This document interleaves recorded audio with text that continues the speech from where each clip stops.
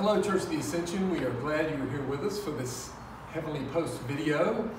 We have a lot to tell you about today, especially about Holy Week, which we are really excited about this year. We have a lot of things that we hope you will do at home as we celebrate this Holy Week in isolation. So, Christopher, what have we got planned for the first part of Holy Week? We do. Well, so even though our doors are closed, virtually they will be open, so be sure that you log on to Facebook. We'll also be sending out some links that you can access so that you can participate with us during Palm Sunday service. The service begins at 10:30, like our other services do. We will have palms as we enter into the church. We invite you to have palms as well. Also, we will be doing communion during Palm Sunday, but unfortunately we can't be in communion with one another, so we'll have to do so virtually. So we have some special prayers that are attached to that. And then on Monday, we have what's called a quiet Eucharist, which we've done a quiet Eucharist in the past. And we would invite you to also participate, maybe by lighting a candle or following along with the liturgies that will be sent out to everyone. You'll be sent a Palm Sunday liturgy, you'll be sent a quiet Eucharist liturgy, and follow along with the liturgies as they go. Then on Tuesday we have a Stations of the Cross. And one of the benefits that Ascension has is that we have these beautiful icons that lay out the Stations of the Cross, but those icons are also online. So you can go online, follow the Stations of the Cross, or you can print out the icons and continue with the liturgy that you are... Put them around your home. Right. On Wednesday, we will have our Tenebrae service. And as you know, Tenebrae is one of our more solemn services. It will be a choral service. We will have some voices. Everyone will be appropriately distanced. But as you know, that service is about extinguishing candles until there's complete darkness. We will be extinguishing about 12 candles up at the altar. You can also extinguish 12 candles, or if you have 1 or 2 candles, just follow along with us. The most important thing is the moment in Tenebrae where you remove that single candle so that everything is in complete darkness. Follow along with us if you feel led, or just sit back and immerse yourself in the prayers.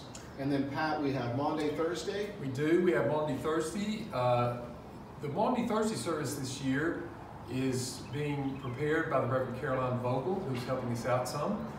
It will be in the style of our Celtic service. So at 6:30 on Maundy Thursday, Caroline will take us through a guided meditation, and then at 7 p.m. there will be the liturgy for Maundy Thursday. We ask that you have, again, as Christopher was saying, candles or a candle that you can have at home and use as part of the service. We also will strip the altar as we do every year, and as Christopher pointed out, also receive virtual communion.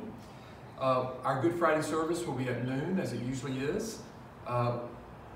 We encourage you to have a cross for Good Friday at your home. Part of the Good Friday service is the veneration of the cross.